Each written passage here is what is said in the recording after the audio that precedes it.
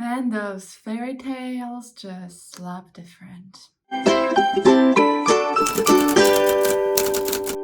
Hello, fellow book nerds. This is Gabby, and today I have another review for you. We are talking about Where the Dark Stands Still by A.B. Poranek.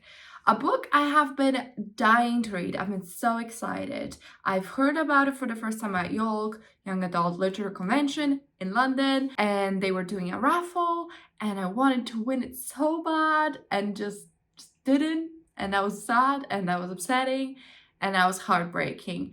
But the ARC gods still have blessed me because I got an ARC from NetGalley and I was able to read this a bit early. Even though this review isn't early for you, I have still read it early and wanted to chat to you about it immediately because I finally don't feel meh about an ARC I read. So let's chat about it, let's find out what the book is about and what I liked, what I didn't like, and my overall thoughts. As always, no spoilers, bar what is mentioned in the synopsis, and the timestamps will be up here somewhere. Okay, so the reason I was excited is that A.B. Poranek is a Polish author, so I believe that she actually grew up in Canada, but came back for summers. I assume her ancestry is Polish, and I am Polish as well, so I always find it really fun to be reading books from Polish authors, especially when they're like, I guess you'd call diaspora, like living abroad authors or grew up abroad, because I'm always curious like what perspective and lens they will bring. And I love fantasy, I love a fantasy romance, although I would not primarily say that this book is a fantasy romance book. It's definitely a fantasy that has a romance in it. I love that. I love the genre, and I just love reading books inspired by Eastern European mythology because they often end up being like fairy tales and they just feel really whimsical and vivid. So we're going to talk about all of that, if that book lived up to that expectation, but that's my kind of background. So Where the Dark Stands Still is I don't know if it's like an exact folklore retelling of anything. It definitely gave me vibes of Beauty and the Beast.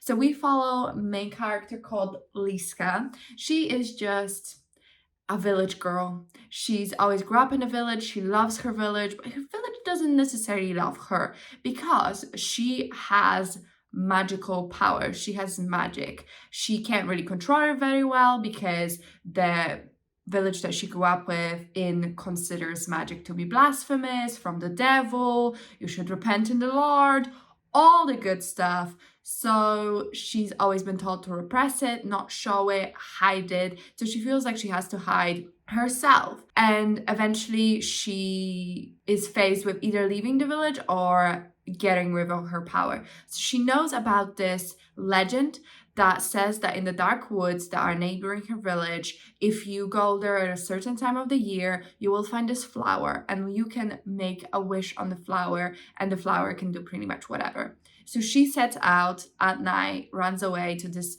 forest to find the flower. When she finds the flower and is about to do her wish, Leshy finds her, which is like a mythological forest guardian creature. He finds her, he says, "This is my property.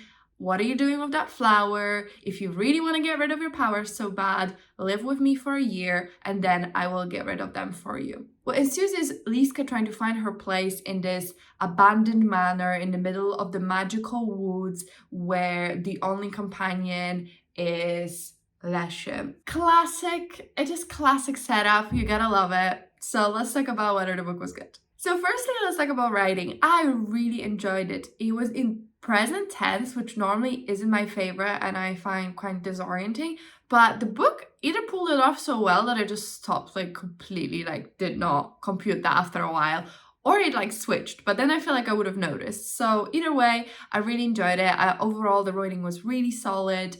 It wasn't necessarily super flowery, and it didn't have that Catherine Arden, Naomi Novik, very, very whimsical vibe. At least I don't feel like the writing itself did. Although it was still really beautiful. There were some really beautiful passages. I enjoy having Polish words sprinkled throughout. Maybe there's some kind of like dictionary coming with this, or just like when you have a list and you explain some words, because there's definitely, I felt very familiar with them, but I can appreciate if you don't speak Polish or like another Slavic language, you might be, what does that mean? I just really enjoyed that. I enjoyed all the plays and the words, and I just feel like it was really well done, really well executed, no notes. Now, world building. I really enjoyed it. It felt very vivid. It felt like a fairy tale, and I've been reading some like dark fairy tales, like Ever Read, that kind of vibe, whereas this one felt still true to the fairy tale roots, but not quite so dark. It just weaved such a beautiful tapestry of folklore, and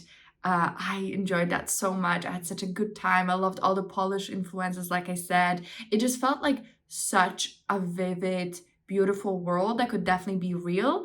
And I loved our time in the forest, in the mansion. The mansion felt like its own character. It was really well done. Same with like the forest. It just felt like it was teeming with life and different creatures. Really loved hearing like the different types of creatures that are in it. Magic system felt like old and powerful. Overall, a world building really enjoyed. I feel like it was super solid, really great atmosphere, really had me sucked in, like feeling like I'm in there in the forest. And that got me like really enjoying the book, because atmosphere is super important to me. I want to feel transported, and I definitely did. Now, when it comes to plot, like I mentioned, it does definitely riff off of Beauty and the Beast. The setup is very familiar, but I think it definitely did its own thing. I wouldn't even call it a retelling, maybe just like lightly inspired by, and I feel like a lot of old fairy tales have a similar vibe, so it definitely makes sense. But yeah, a really good riff on it. Really enjoyed that bit. Overall, I would call the book like a slow build, if that makes sense.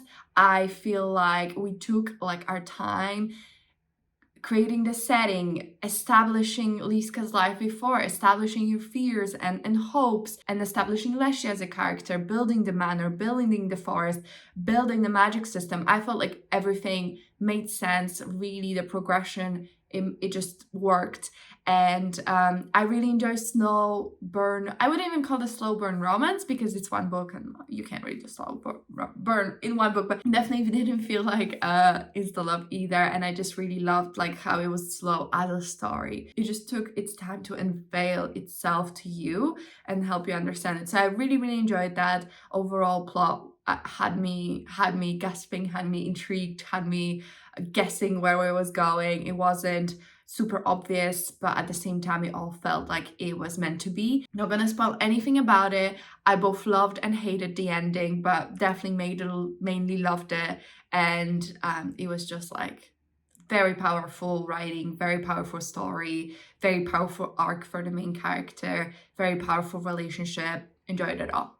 Now let's talk about characters. I really loved Liska. I think she was just really solid main character that you really understood and felt like a full 4-dimensional real person. So I think at some point she gets compared to a Sunshine, which I feel like has been a thing the last couple books I read. Apparently it's a new thing to compare someone to Sunshine. And she definitely did bring joy, but she also has so many personal demons and things in her past, and things she's done and things she's lived through that she has to battle, and it's totally understandable. I think the way it's resolved makes sense, and overall her character felt very real, very solid and tangible, and I really enjoyed her as a protagonist. Then we have Leshy, who is another immortal, hundreds of years old lord. But I will say, like, I felt his age, as in like he's lived through some stuff, because, you know, being hundreds of years old, I felt his pains. I felt like I knew his character, and I understand the way he was, why he was the way he was. Overall, really solid. I definitely think it was Liska's stories, and he is a player in that. But as a supporting character, as a love interest, really liked him. Overall, I really enjoyed the romance. It was so well done. I was like really interested in their journey of Liska as a character, but then also Liska and Leshy and how that worked out. And I will say the book has like a found family vibe, which I was not expecting at all, and really enjoyed everything that happened in the mansion. I just really enjoyed every character introduced.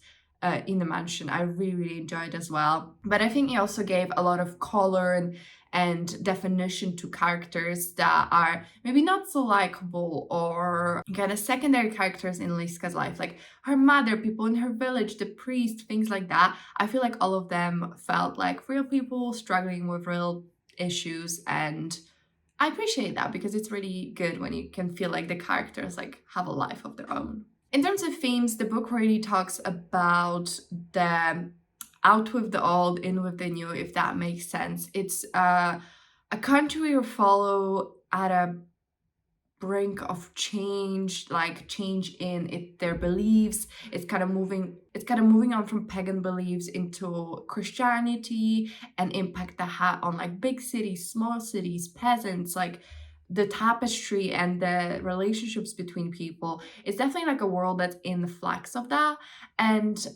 it's kind of talking about, you know, the place of magic and sorcery and things like that throughout history of this specific country. I thought it would be maybe even harsher on like religion, if that makes sense, but in the end I feel like it was very compassionate to kind of like seeing both sides and working together. But it was definitely a theme that I enjoyed exploring. And other themes that were really well executed were like accepting yourself, loving yourself, fighting for yourself, like how bigotry affects you and things like that. And yeah, I really enjoyed it. I think it was really solid on the theme side, and overall, like, it was a very well self-contained story.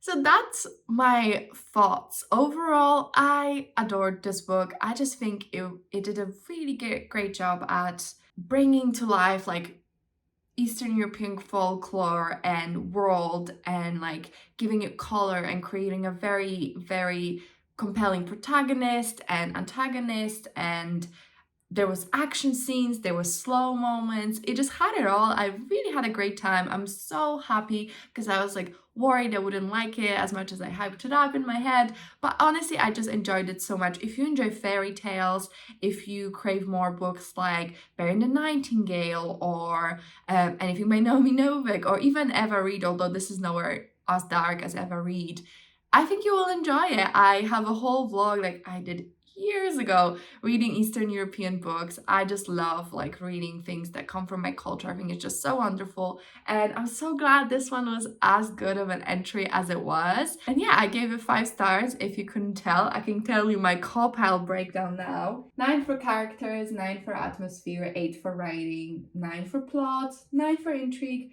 9 for logic, and 10 for enjoyment. So altogether 5 star, no complaints. So let me know, have you read Where the Dark Stand Still? Did I entice you? Do you want to check it out now? What culture are you from? Do you love reading books that talk about your culture?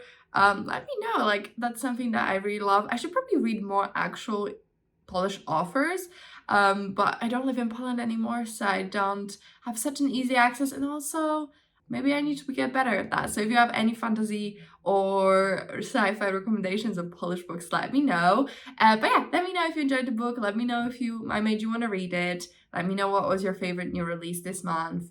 And that's it from me. If you enjoyed the video, if you could comment, like, and subscribe, I really appreciate it. It really helps me out. But yeah, that is it for me, and I'll see you in my next one. Bye!